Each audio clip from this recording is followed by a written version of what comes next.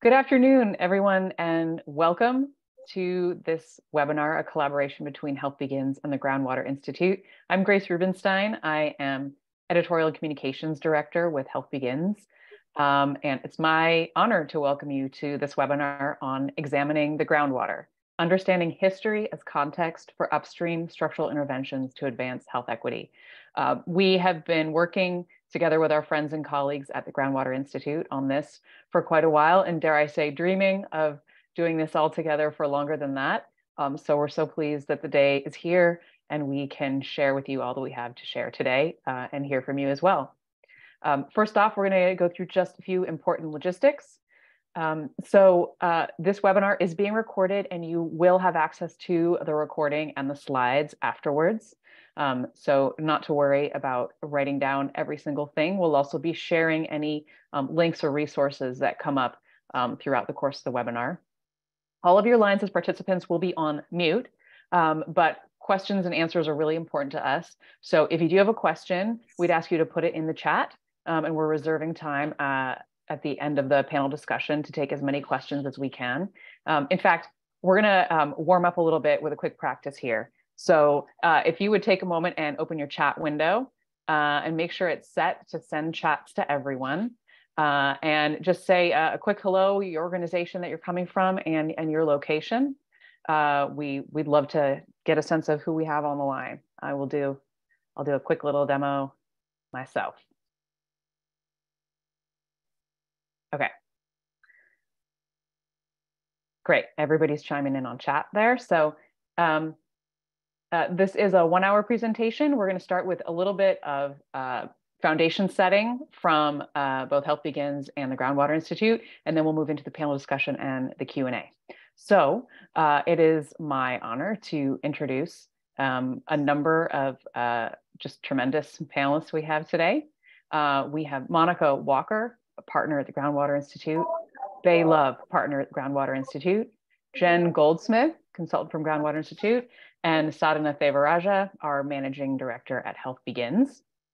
And finally, to kick us all off and get this really rich conversation started, I introduce to you our CEO at Health Begins, Rishi Manchanda. Rishi? Thank you, Grace. Thanks, everybody. Really an honor and a joy, really, to kind of be in this space together, especially, as Grace was saying, with our friends from the Groundwater Institute and with all of you. So thanks for joining. Our objectives for today are to make sure that by the end of this conversation, you're all better able to describe the groundwater metaphor that our friends are going to introduce, as well as the kind of core observations that animate that metaphor. Explain the implications of the groundwater metaphor, as well as the upstream kind of metaphor for current healthcare and social sector efforts to improve health equity and address the social and structural drivers of health equity.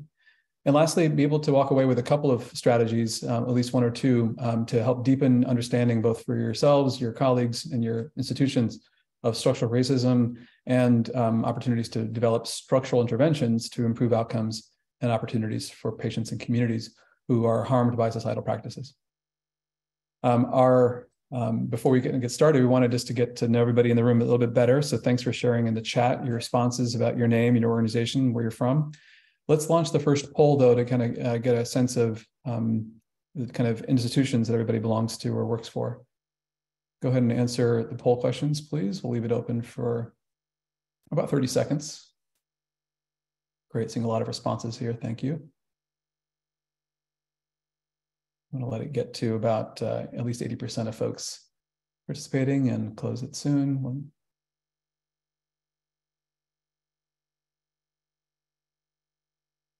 Another 10 seconds, we're at 78% of folks. I also see some folks who are have turned on their annotation thing. So if Lydia, if you're able to just, you can turn off your screen notation thing. I think we can, be great. Thank you. All right, let's close the poll and share those results. We have a good group. Quite a few folks from the public health department or government agencies, about 30%, another 20% from community-based or social sector organizations, 16% from hospitals or healthcare systems, 9% from universities or academic medical centers, and then 6% from health plans, health insurers. So wonderful. Thank you so much. Let's take the next poll at this point as well and launch that. Second poll is, here we go. So where are you in terms of your health equity journey? If your institution, have you implemented a health equity strategy already? Are you looking to implement one in the next year? Are you still exploring and evaluating potential strategies to deploy, or have you just not started the journey at all at this point? We'll leave this open for a little bit. Extremely helpful just to get the sense of where people are at in the room.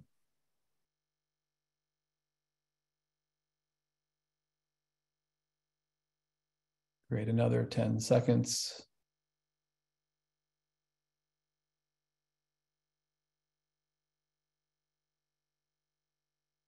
All right, let's go ahead and close the poll. That's great. And you'll see a lot of folks already implementing health equity strategies. That's wonderful. And it's notable to see that about 30% are exploring or evaluating kind of potential health equity strategies.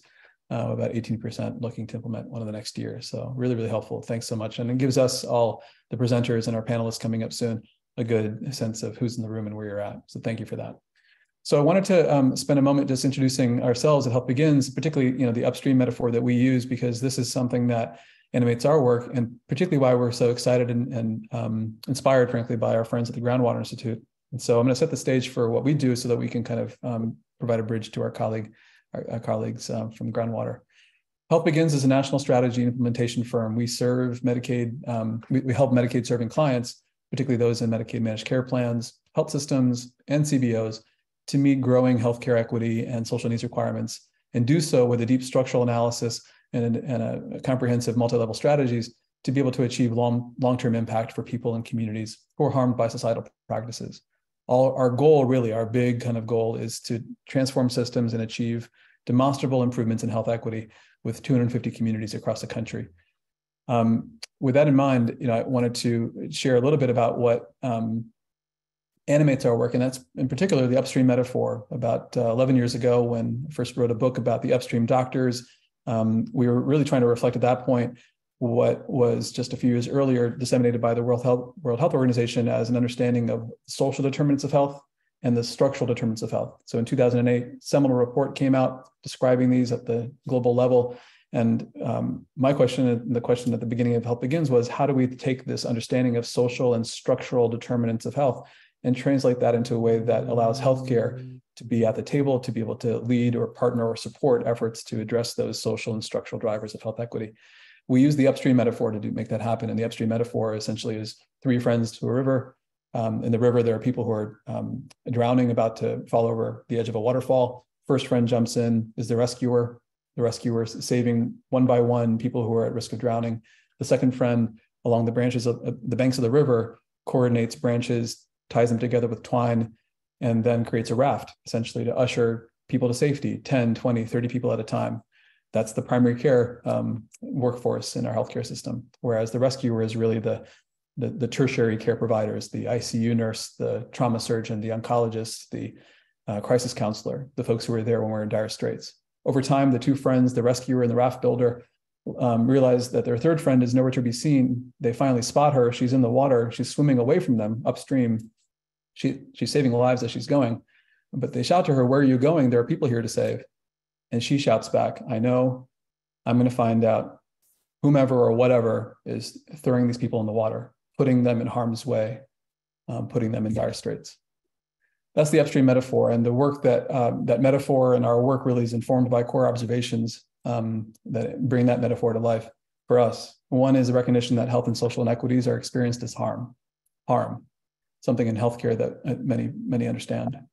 The second is that it's not individual behaviors necessarily or cultural beliefs, so to speak, that are putting people in harm's way. It's social arrangements, including structural racism, that are putting some people in harm's way.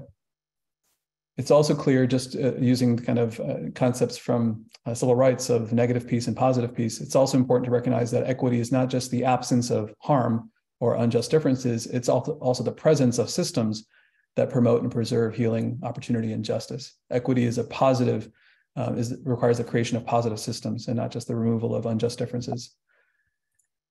And since structural violence and harm is segregated by location because it's spatialized, institutional strategies, the strategies of public health institutions, healthcare delivery institutions, especially, and health plans, and everything on the healthcare side has to be place-based, goal-directed, and work across levels, micro, meso, macro. And lastly, the work we do in particular is entering into spaces, privileged kind of spaces, working with courageous leaders and providing them the support and the solidarity that they need, that we all need to implement these strategies, and to do so in a way that allows us all to transform the institutions, the relationships, and the communities that we serve in the process. It's not just about meeting specific KPIs for particular kind of health equity requirements dictated by a regulator or Medicaid agency. It's about transforming our institutions to promote equity in the deepest, truest sense.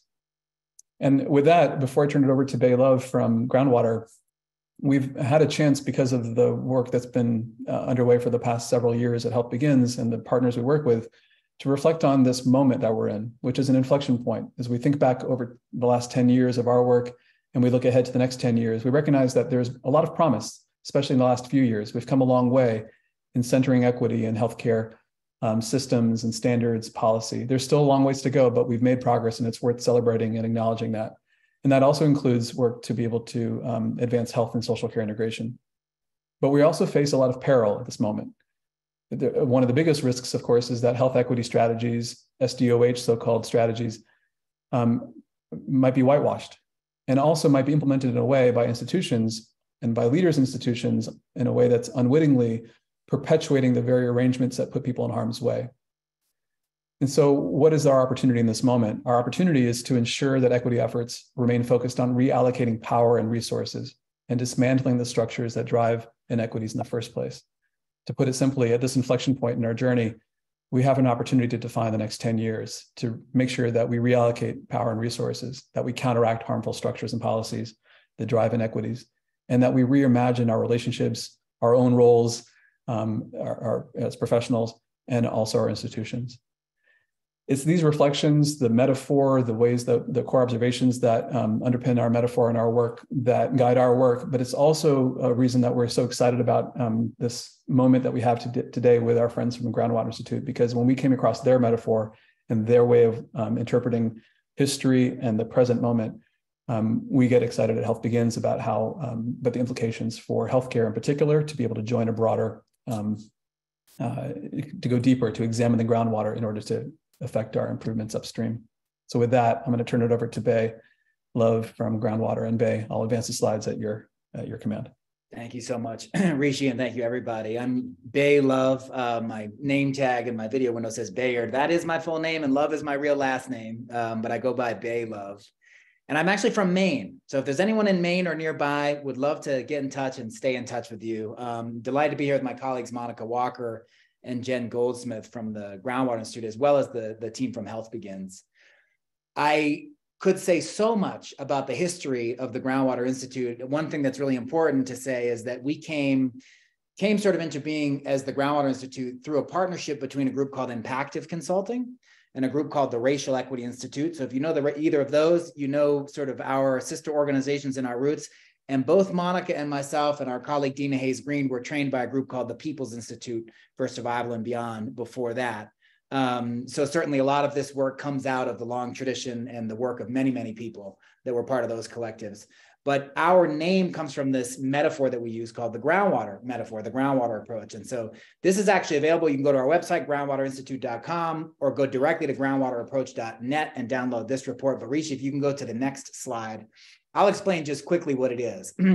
The idea of the groundwater approach is an idea that we came up with actually when we were sitting at the feet of Kamara Phyllis-Jones. And people probably know Dr. Kamara Phyllis-Jones, who comes up with the gardener's tale and many other metaphors. She really helped us see that, metaphor and allegory can be so helpful for understanding complex things in a simple way. And the groundwater metaphor, the way we use it goes like this. We say that if you have a lake in front of your house and there's one fish floating belly up dead, it makes sense to look at that fish and go, what's wrong with it? Did it swim too low? Did it eat too much food? How can I help it, fix it, or put it back in the lake, right? But if you come out to that same lake and half the fish are floating belly up dead, what is it time to do? We say it's time to analyze the lake, right? And we say racial inequity, and really all forms of inequity in the United States and globally, are much more lake problems than they are fish problems. You know, one of the major challenges is that we go around thinking that people bring bad outcomes upon themselves. And we're saying, no, no, no. It has something to do also with the water that people are swimming in. But as we were looking at racial equity traveling around the country, what we found was that coming out of your house with one lake, you know, toxic with half the fish floating belly up dead was not really an apt way to talk about the problem, because in the United States, it was more like coming out of your house having 10 lakes all around your house, and every single one has half the fish belly up dead, right? Because you look at, if that's the healthcare lake over there, is there racial inequity? Yep. What about the education system or lake? Is there racial inequity? Yes. What about child welfare? Yes.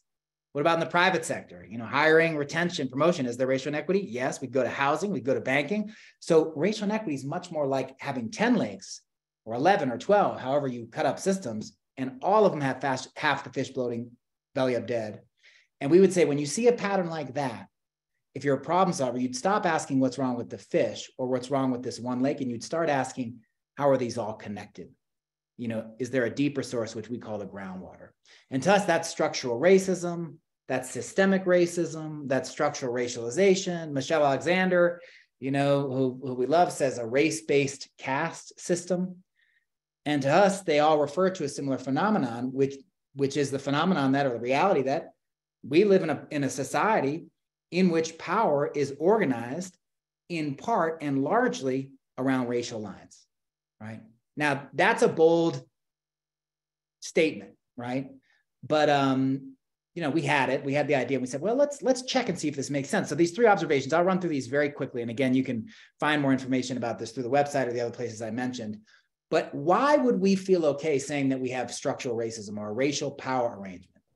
Well, it's because racial inequity does look the same across systems. We'll look at that. And I'll show you one example that even though white folks tend to have better outcomes across the board, it's not explained by socioeconomic status. We can control for SES, we can control even for social determinants of health. We can control for all these other things. Racial gaps still exist, which tells us there's something racial going on about the way this is set up.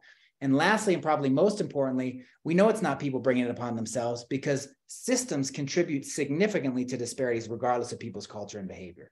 So I'm not going to run through all those, just quickly show you, Rishi, if you go to the next one.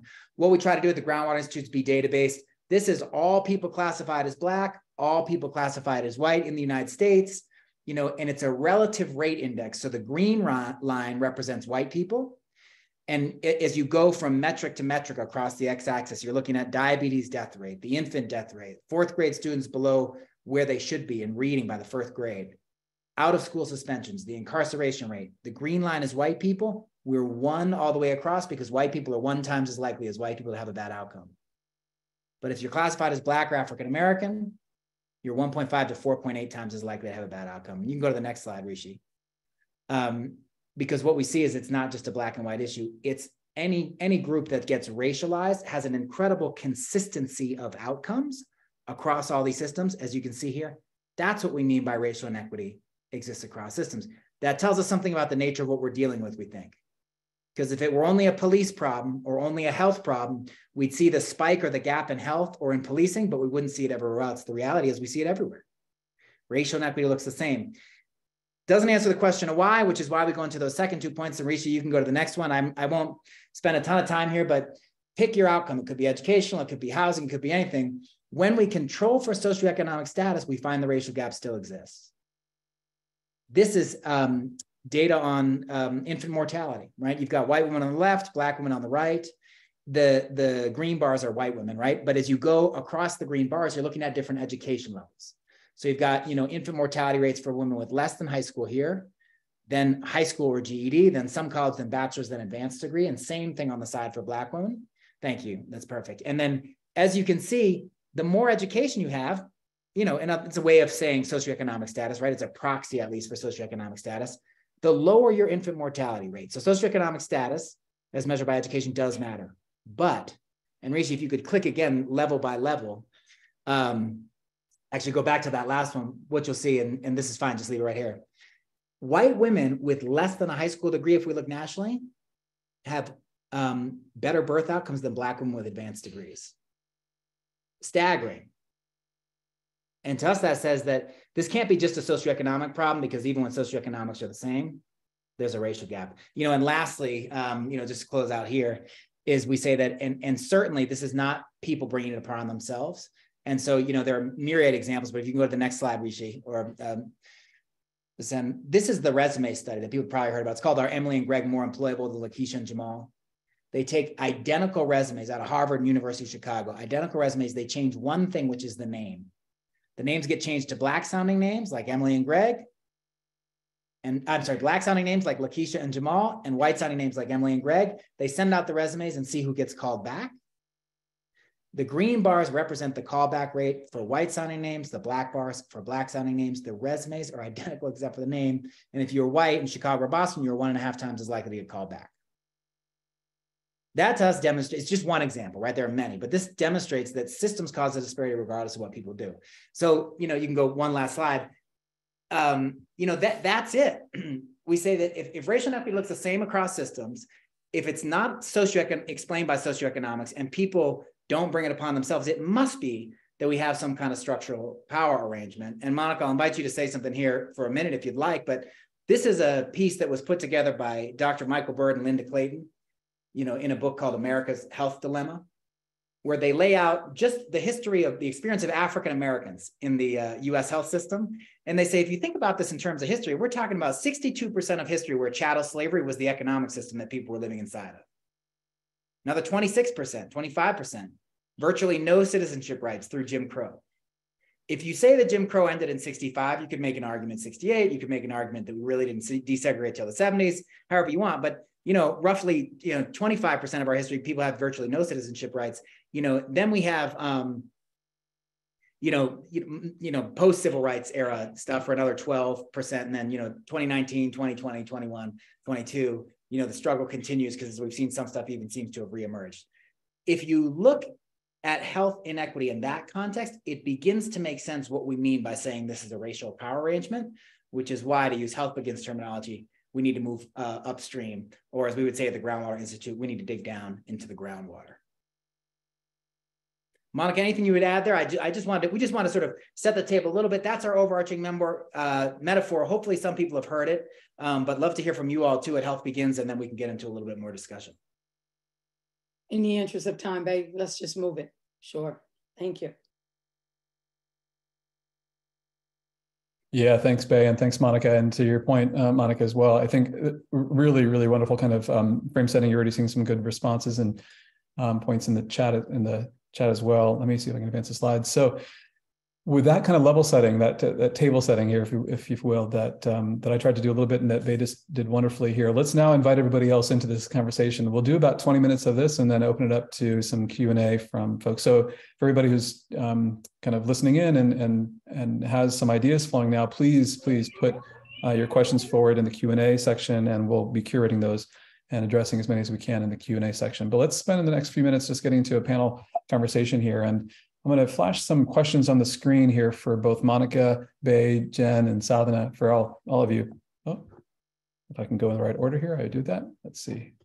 There we go. So a few questions. We don't have to take them in particular order here, but I just want to orient everybody in the room here, including our panelists, to some of the questions, and then I'll stop sharing screen and we'll dive into the conversation. One question that we thought would be helpful as a touch point for this, informed by these ways of understanding the world, the upstream metaphor, the groundwater metaphor, for example, and by the work, more importantly, right? The metaphors as well as the work that it animates. What are some of the key challenges we're seeing? Monica, Jen, Bay, Sadhana. And related to that, what are some of the implications of these metaphors for current healthcare efforts, current social sector efforts, current kind of integrated efforts to improve health equity and the social and structural drivers of health and health equity?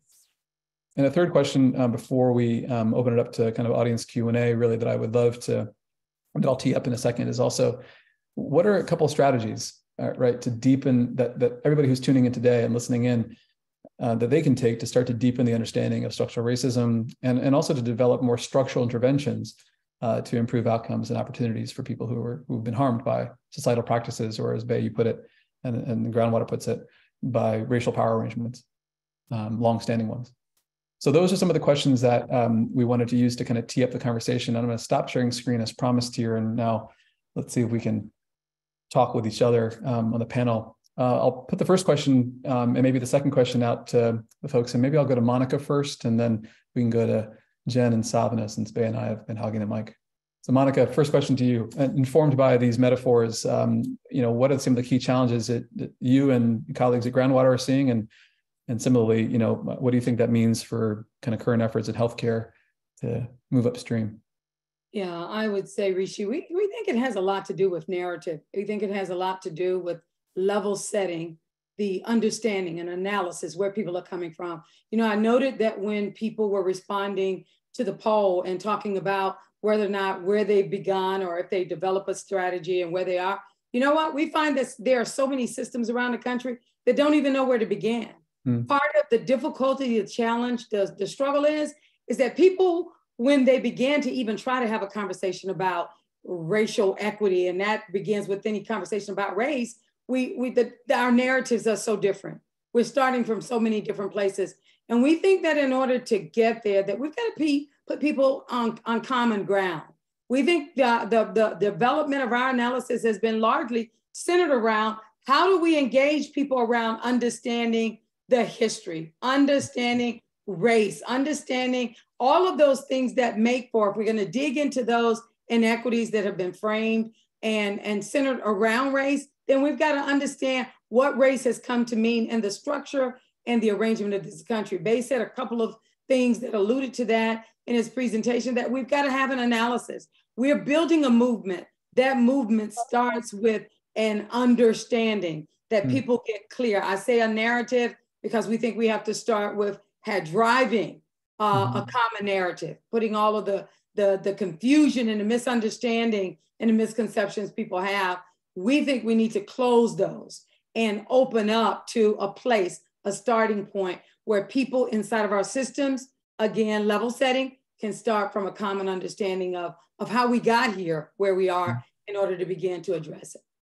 Really, really appreciate that. And as I turn it over to maybe Jen next, and then to Sadhana, we invite you to kind of build on those or add additional kind of insights, this idea of the requirement or the necessity for a shared understanding of history, especially for those who are just trying to think about where to get started, really resonates. But Jen, invite your comments, especially in building on what Monica said or the questions that I teed up there.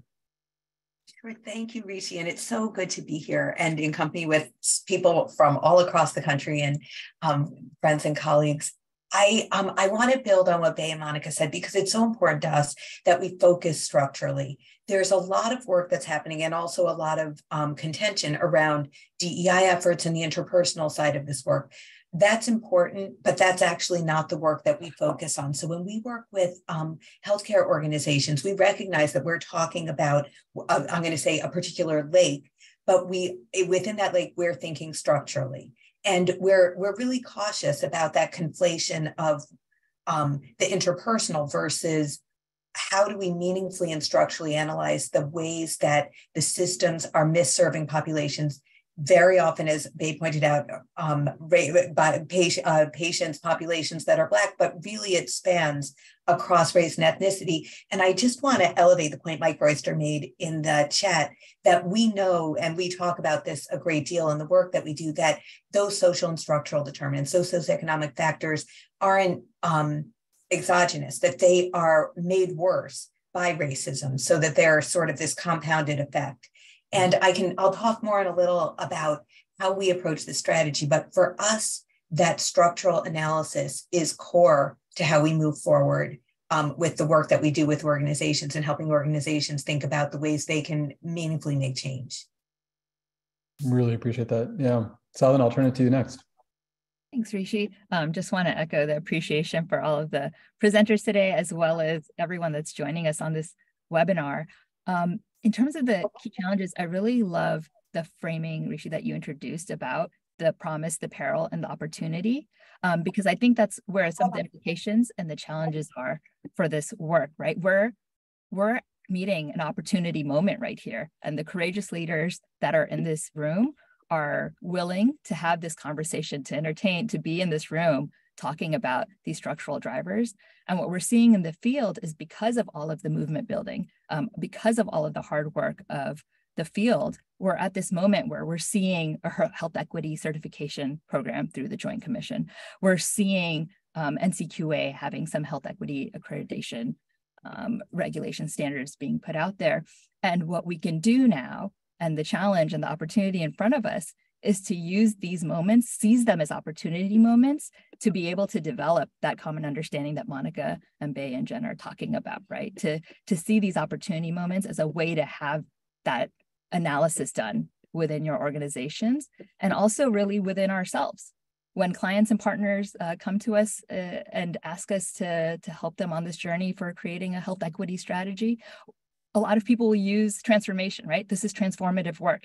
We're engaging in a transformation within our organization, but really what we're doing is also transforming ourselves, transforming our understanding. And recognizing that and naming that is an opportunity and a challenge, and really setting that expectation that that's what we're being called to do when we're kind of meeting this opportunity moment that sits before us. Yeah, I really appreciate that, Sadhana. Thank you. Bei, welcome.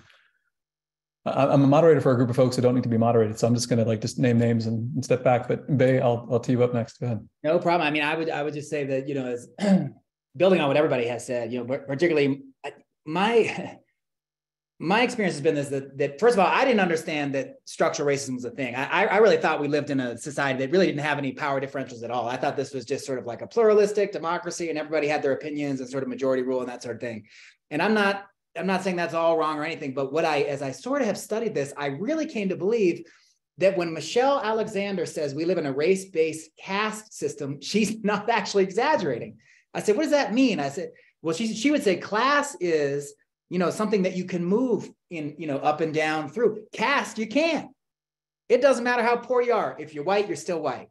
Doesn't matter how rich you are. If you're black, you're still black inside of a race-based caste system. Now, that is what Monica's talking about, I think, when we talk about getting us all on the same page, because if some of us are trying to solve for a power structure and other people are trying to solve for a system that's broken, we're going to try to go about solving it different ways. Because what I would say is this: it's not that the healthcare system's broken. Healthcare system's broken if you consider that the healthcare system really is supposed to treat everybody equally.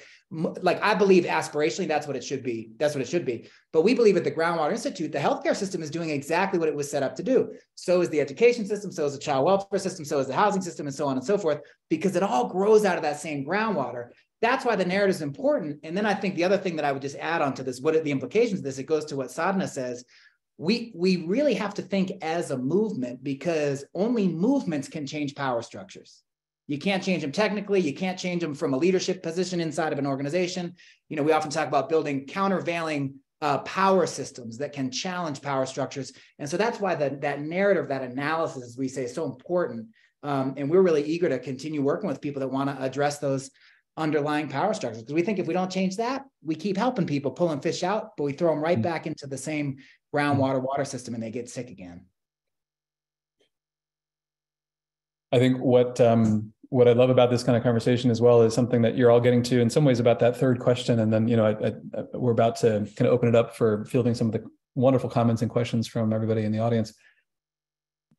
Concrete strategies to move forward. It sounds very much like it has to be about just, no matter where you are, whether you're not yet kind of started in developing robust health equity strategies, or especially if you already are, if you're already implementing these strategies, right? If you're already kind of moving on things, meeting these new requirements in healthcare and in other sectors.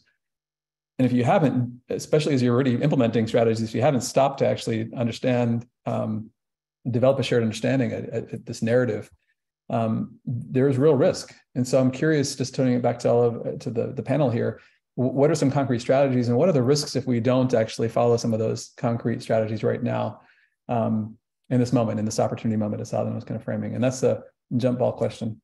Anybody want to go first? And then popcorn it to each other, because I don't like moderating. Jen, I think you're on mute. Yeah.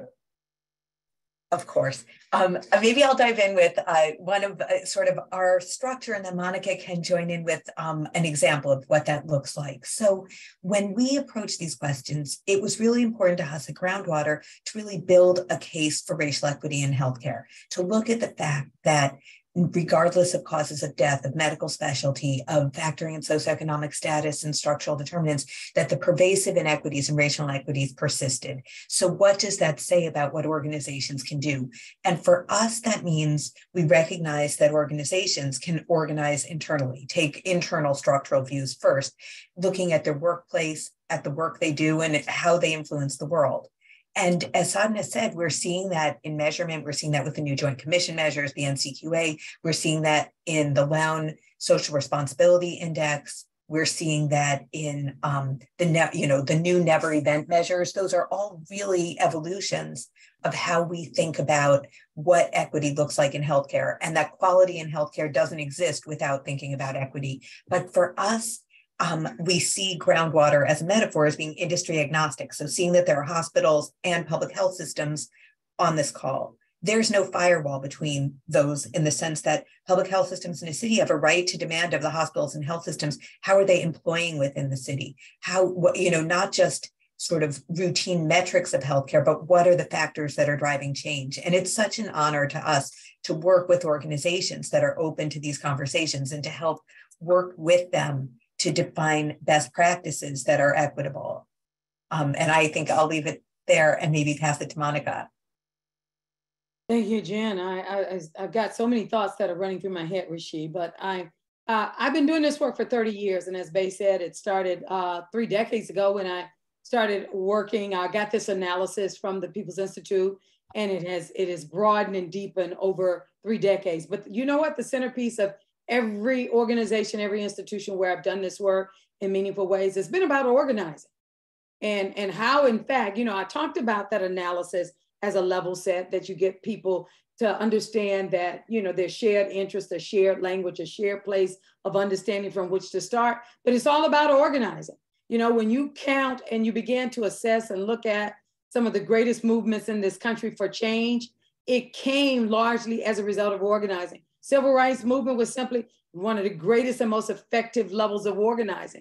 And it continues, because everything that we're doing now in this country, even as we are experiencing a certain kind of pushback, a certain kind of regression, a certain kind of, one would even say that, the attack on this work. Well, it's about organizing. And when you organize with people, and we've seen these what we call ground up movements, from the ground up, meaning that grassroots organizing has been key. The greatest effort, if we wanted to talk about another strategy, it would be building coalitions across race. The extent to which we move, albeit white people, African-American people, Latinx, Native, Asian, or whatever, we think we got to build those broad-based coalitions. And so a lot of our work is in that strategy of organizing across community, or organizing across race and culture, and all of the things that divide us, all of the ways that we see ourselves as different. So that would be one of the major strategies that I would point to in this moment. I'll hand it to you, Bay, or Sadhna.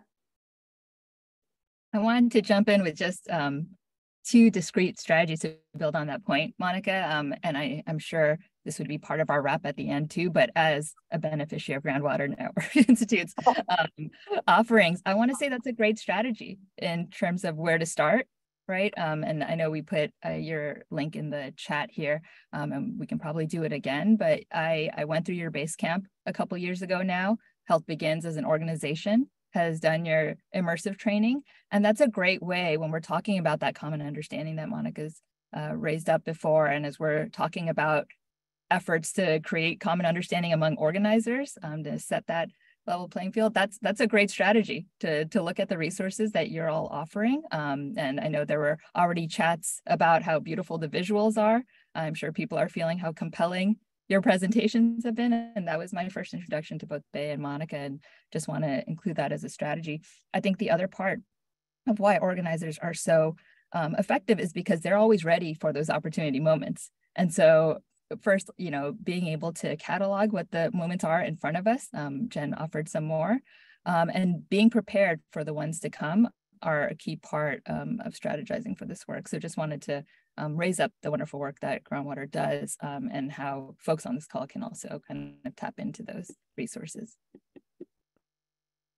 Thanks, Don. I would love to add one quick thing if I could, and that is, that I think Michelle Alexander says it so beautifully in that piece where she says that any social movement requires a critical consciousness, a consciousness to see things sort of as they are, see them a little bit differently, which, Monica, when you talk about narrative and analysis, to me, that's sort of the same thing. And I think we've come to believe at the Groundwater Institute that, gathering data and organizing data doesn't only serve the purpose of showing that there's inequity, but it also serves the purpose of helping us understand why there's inequity. So we encourage people as a strategy, anytime we're analyzing data, to analyze data from the question of, can I use this data to show that there's a power arrangement operative here? Does that make sense? Because it's what we found is it's amazing. We could show all the racial inequities in the world. And if we show the racial inequities, but don't use data and explain why there's racial inequity, people, I'm from Maine, okay, whitest state in the country, right? People sometimes, like after COVID, we looked at the gap in COVID death rates. And do you know there were a lot of people that looked at that data and said, wow, there's racial inequity. There must be systemic racism. But I think even more people looked at it and said, wow, look at those racial inequities. Boy, white people really know how to take care of themselves better than anybody else. Right. And I know that's not shocking, but I want to consider it for folks that as a strategy, using all of our data, all of our storytelling to talk about why feels really important. And one example of a group that's done that really well is the Greensboro Health Disparities Collaborative in Monica's hometown. And I can pop in the chat in a minute, unless you have it right there for some, a case study that was, written recently about them, where what they did was they took the case, hey, structural racism must be the driving cause of these disparities in deaths from preventable cancers or cancers that don't have to be fatal, right? Particularly lung cancer and breast cancer. And what they did is, using the assumption that maybe the systems were causing the disparities because of the groundwater underneath, let's measure the systemic actions. And when they measured it, they found at every single possible level, there was racial inequity being created by the system, right? Black women come in for a mammogram. If there's a feeling of a lump, white women were more likely to be taken right in for a biopsy. Black women were more likely to be told, wait a minute and come back. When a biopsy was done, white women were more likely to be told in person. Women of color more likely to be told over the phone. You can imagine, speaking of somebody in the chat about the psychology of that, the impact that has. They found that at every level of the process. And so even as they then got about solving the health disparities, they were simultaneously in a leadership development and an education process of both the clinicians and the patients. And I don't know, Monica, if there's more that you would want to say about that, but that's the other thing that we found. Clinicians needed education, that it wasn't the patient's fault, but patients also needed education about that history and that it wasn't their fault, but that it was structural. Yeah, Bay, I would say that was a very deep analysis there, that it was, in so many ways, it pointed again back to the structure, back to the practices, back to the assumptions, back to all of the things that were being inside of the system, as opposed to those, because we tend to, it's back to that metaphor that Bay said, we blame the fish. We rarely look at the brokenness in our systems, and there's more can be said. I'll allude to that in a moment. Yeah, let's pivot now to, as we pivot now to the kind of Q&A and really great questions. I'm going to tee up a couple that have been coming through that I think resonate with other comments that have been coming as well. Let me also just make a kind of bridging comment, and that's how important it is and how much it resonates with our experience as well, to be able to, using kind of the way that Michelle Alexander, as you put in that wonderful quote, Bay talks about it, to be able to establish and discuss critical consciousness and political consciousness required for this work, rather than coming into it accepting the current kind of dominant kind of consciousness, which creates problematic interpretations, right? Reinforces behavioralism. One way that we kind of distill this down and talk about this, knowing that there's structural competency kind of trainings now rising in healthcare and other calls to do this work, we communicate it in a, sometimes the upstream metaphor doesn't work, and sometimes the groundwater, like we'll try another way to kind of come to this. For example, everybody knows the give a man a fish, he eats for a day, teach a man a fish, he eats for a lifetime kind of metaphor. What we've done in many, many trainings around the country, especially as we're neck deep with those who are already doing on the ground strategic and tactical things around health equity or social needs, we'll say, pause for a second. Do you remember when you last heard that? Probably not. It's so deeply baked into our collective consciousness. And then we say, think about what this is. Do we ever challenge the structural and apply structural analysis to this? So for example, sure, give a man a fish, eats for a day, teach a man a fish, eats for a lifetime. But a structural analysis says, why not teach women to fish? Or what if the pond close to home, the lake close to home is polluted? What if the groundwater is like impacted? Or what if he and his family have been denied access for generations to the resources to fish in the first place, permits, rods, licenses? Even for the most basic kind of common kind of paradigms that we have and these adages that we have, there are these opportunities to step back and apply a structural kind of lens using the groundwater metaphor, upstream metaphors, et cetera, to start to recognize that there is a deep structural kind of narrative that we have to get familiar with. Let's go to building on this great conversation here. A question from Liam Spurgeon that came in. Liam said, the biggest challenge, straddling between naming and calling out the racism in our structures, especially healthcare, turns off portions of our audience. For example, quote, I'm not racist, this doesn't apply to me, versus delicately guiding folks along slowly but surely, but feeling like impactful change is slow or unlikely. This challenge that Liam's kind of speaking to about, how to name and call out structural racism in a setting where there are some who might say, but wait, hold on, I'm not racist. I know it's something that we've obviously kind of, we address, and we know it's a big part of where drawing on organizing frameworks becomes very, very helpful, but I want to turn it to our friends from groundwater and then to Sadhan as well to kind of respond to Liam's comment and question there. How do you navigate that? Or how do you recommend navigating that? I'm guessing you tip that one to me, Monica, because it tends to be more of the white folks that say, hey, I'm not a racist and, I'm not the problem, but I'm happy to defer, Jen or Monica, if you want to jump in. Not seeing your mute come off. I would say that's just absolutely key and critical. And actually part of, I think quite literally part of what had us develop the groundwater metaphor as a way to talk about this was specifically that kind of question. Because when we show that data across systems, as we showed in that one chart, it's in a way indicting, but it's in a way disarming. Because if you're, we often say, there's lots of examples, right? I mean, there's the preschool study that came out of the Yale Child Study Center, which we talk about, Dr. Gilliam, there's the, studies from physicians, studies from police officers, studies from, K through 12 teachers. But the preschool teachers one is particularly powerful, showing that preschool teachers have implicit bias, because if we're working with a physician or working with a police officer, we say, you have to know we're not talking about a personal problem that you have, because heck, preschool teachers treat people disproportionately. And that's sort of stereotypically who's nicer in the world than, preschool teachers, right? In that study, Dr. Gilliam shows that we're actually more likely, teachers of all races are more likely to suspend preschoolers of color than white preschoolers, right? And the amazing thing, he does that study and then he comes back to the preschoolers. There's, a whole sample of preschoolers that participate in the study, and he asked them, he says, is it okay if I share these results? And I would have thought like, well, you probably wouldn't want to share the results because it kind of makes you look bad, right? Showing that you're suspending Black preschoolers at 3 times the rate is what they found. Well, every single preschool teacher, except for 2, said, oh my gosh, please share the results. We're aghast that we're doing this, contributing to that problem. Please share the results. Anything you can do to help, stop doing that. And that was such a mind bender for me, because I said, well, wait a second, it's the people that aren't wanting to do this that are doing it.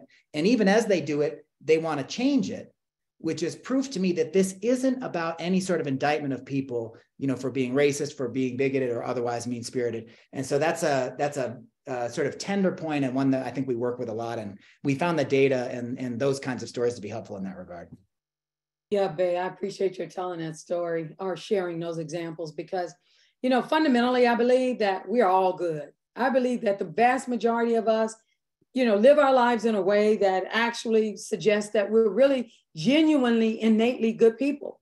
So the question should be, and I could understand someone saying, are you saying that I'm racist? And here's the thing that what I really love about this analysis, this is saying it's not that you set out to do something that's harmful to someone. That in fact, most of us, our experience and our acquaintance with racism and all of that is that somebody set out to do something really mean, really bad, really ugly, or whatever the case may be. No, when you really get deep into this analysis, what you really began to understand, that doesn't require that you do any of that. And that is more of the problem than anything else. Structural arrangement, the way a system has been built, the way a system has meted out favor for one group over all other groups. But we can't fix it until we see it. And I want to position that Because I love that question of, people feeling bad, you're probably not going to get your best from them. That is then the invitation that I would extend to you in the analysis, is that you begin to see something that operates, totally, almost and completely outside of you. And what we've got to do is turn and face that thing that has positioned all of us, wherever one is positioned, that we live in a structure and arrangement that has done something that is about more favor and beneficial for one group as opposed to all other groups. So I'd like to park that and position there, at least for folks to let ruminate for a few minutes. Mm-hmm. And I can't help but want to dive in with a specific healthcare example. And I've been through the groundwater training, many, many times. And it is, first of all, just really disarming when people step away from, am I going to be in this training and be told that I'm racist? Or what am I doing wrong? Or similarly, what's the thing I can do to fix it? Because these are system problems. And you can be really nice to people and do lots of good things, but those aren't structural solutions. But a couple of years ago, I was involved in a heart failure study out of Brigham and Women's, where ultimately what we found was that patients who were Black were more likely to receive general medicine care, and patients who were white more likely to receive specialty cardiology care. And then there was a whole cascade of readmissions and follow-up. But what we really saw was that patients who came to the emergency room with the protective factor of having a primary care doc or having seen a cardiologist in the past year were much more likely to get specialty care. And the patients who didn't have a primary care doc or have specialty care were more likely to be Black. And why was that? Because we don't have clinics set up in the neighborhoods where people are Black live, and we don't have referral systems that work as well. And so, the initial response was, whose fault is it? Who in the ED is doing, who's the bad person in the ED? Well, it wasn't a bad person in the ED. Like, we very quickly stepped away from that. It was bad upstream systems, bad downstream systems. And until we really sort of said, how do we harmonize care and think about the upstream and downstream, no amount of finger pointing was going to change that. But that isn't to say we didn't also create a wisdom council in the emergency department to help patients understand the inequity that had been perpetrated on them, to really think about what that patient experience had been. And so it was a really expansive approach. And I'm sorry to digress, but it feels like a concrete example like that can be helpful to step away from the individualizing. Yeah, I just wanted to add, it's not a concrete approach, but just a reflection, hearing everyone speak here, is that this kind of response or kind of defensiveness is the logical conclusion to all of the individual responsibility narrative, right? Like what Bay was talking about with the COVID example, where we then turn it into an individual responsibility framework. That's the other side of this, right? And so by addressing this from the systems approach, we're not only relieving folks of that individual responsibility to solve this, right? It's also that individually responsibility of the patient to solve this too, right? It's not anyone's individual responsibility. This is a systemic issue. There's another question that kind of builds on this, and I think there's I'll make a comment after I put this question out there as you guys all respond. I mean, this is probably the last question from the Q&A before we try to have some closing reflections from everybody. I think it's Brahmanan Pradeep said, I'm aware that there's research on the topic, but how does race ethnicity as a social determinant of health, as he's framing it, interact with other SDOHs to further exacerbate health inequities, and how to develop metrics to assess these interactions?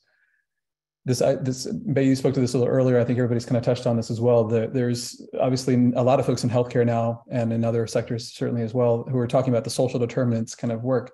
And in a way that also doesn't apply an analysis of the groundwater or upstream, and certainly not a understanding that social determinants are racialized as well. But I'm wondering if anybody wants to take that on, and maybe we'll go reverse order. Sadhan, if you want to respond to that first, and then we can go to our friends in groundwater. So, this interaction between race, ethnicity, racism, and social determinants of health, curious if you want to comment on that and then open it up to others. Yeah, and I was just trying to read the question to make sure I understood it. And so it's really that is the question that what's the interplay between kind of social determinants of health? Yeah, and racism, right, and race ethnicity, yeah. Yeah, and so I think this is something that we often do when we interface with our clients and partners, right? There's some term confusion about what are health-related social needs, what are social determinants of health, and what are structural determinants of health. And I think that it's a lot of conflation exists between those terms. And that might be kind of a part of the answer here, is that when we're talking about individual level kind of manifestations, we're talking about health-related social needs. We're talking about how kind of all of the effects of the structures that we've been focusing on during this webinar are landing on an individual. That's their health-related social need. When we move up from that level, we're looking at community level effects of this. We're looking at the social determinants of health. And so the examples that we usually use kind of in this vein is that on the individual level, this might be a person experiencing food insecurity. On the kind of the social determinant of health level, or one person's access to food. On the community level, it's food deserts maybe. These might be community settings, place-based kind of phenomenon that are leading to the social determinant of health related to food insecurity. And then there's the structural reason for why these food deserts exist, right? There's been redlining that's occurred in these communities that are limiting access to certain types of food. There's structural issues at play, structural racism generally, that are leading to these downstream effects. So I don't know if that kind of quite answers the question, but there's this interplay between these structural causes and then the downstream effects that we see in SDOH as well as in health-related social needs. Yeah. Maybe one other comment from our friends from Groundwater, and then we can close to wrap. Yeah. Monica, Jennifer. I have one thought. You're going to talk about, well, can I say one thing, Jen? And then I think that is a good add. My one thing is that the other thing that's interesting here is that we maintain at the Groundwater Institute that race actually is not biological, that it actually is a social construct. And so, we also maintain that, my being white, for example, is also a determinant of my health. Like the fact that the system treats me as a white, cisgendered man has an impact on my health outcomes. So, they're not always negative, right? There's also social determinants that are positive, right? I'm less likely to get expelled in preschool. I'm more likely to get a good a callback on a job resume, right? Just because I'm white. And so that impacts my health. And it's nothing about my race, as in biological race, that has that happen. It is that white was a political concept that was created and that power was attached to it. I think the most clear example is the immigration, the Nationality Act, right after the United States, was constitutionalized as a nation. We said that in order to be a citizen, you had to be white and free and of good moral standing, which meant that citizenship was the same as being white. And if you had access to citizenship, you had access to social determinants of health, like you could buy a house anywhere, like you could develop wealth, like you could do all these things. So I think that's important to tease apart, is that we can fall into this trap where race really is a proxy or a way of talking about how we're treated differently by a system that was set up to divide us. And that's different than I'm biologically distinct from Rishi in any particular way because we're racialized differently. And just to echo Bay on two fronts, like in a purely biological sense, there's far greater heterogeneity within people who are the genotype of people who are defined as Black than there is across races. So like this is really, the science of it, but there's also someone who we deeply respect, David Williams, who's a researcher for many years at Harvard and has been talking about this for 40 years. But there's a quote from him that I really like: racism can transform social status. It determines the degree of exposure to risk factors and resources and directly affects health through the effects of psychological and physiological functioning. So if you've got housing segregation, it's not about biology, but it is about how housing affects health and how housing affects health of Black people versus white people. And that these social determinants that we talk about typically as a pejorative, as like, oh, all these bad things, the counter to that, there's not normal and bad, there's unfavorable and favorable. And so often people who are white are the beneficiaries of favorable social determinants, including around things like housing, which is part of how these systems are so interwoven. So we're at time now, and I really wanted to first of all say thank you. And I really appreciate the last question as well. We see all the time that the rising number of people who are involved in healthcare, at least on social determinants of health, oftentimes bring an analysis that's entirely devoid of any structural kind of shared understanding, especially of racism. And understanding that racism, to your point, Jen, actually determines the distribution, severity, and chronicity of the distribution of resources for health, including so-called social determinants. So it's a key consideration. Let me share a screen and kind of close out here. I'll give it to our friend Grace to round us out here. And thank you. Thank you. I myself have a lot to chew on now, and that's after having been through the groundwater intensive training with Help Begin staff. So thank you so much. I want to flag for everyone, we have another webinar coming up next month on advancing racial equity for Medicaid members, which may start answering some of the implementation types of questions that you have. And beyond that, keep an eye on your email inboxes. There'll be a follow-up survey. We really value your input. That email, follow-up email will also include a lot of the resources that you saw in the chat today and some additional ones that we've curated. We'd love to hear from you on social media at that tag with thoughts and further ideas. And please keep in touch. This is only one moment in a long and ongoing conversation. Thank you so much.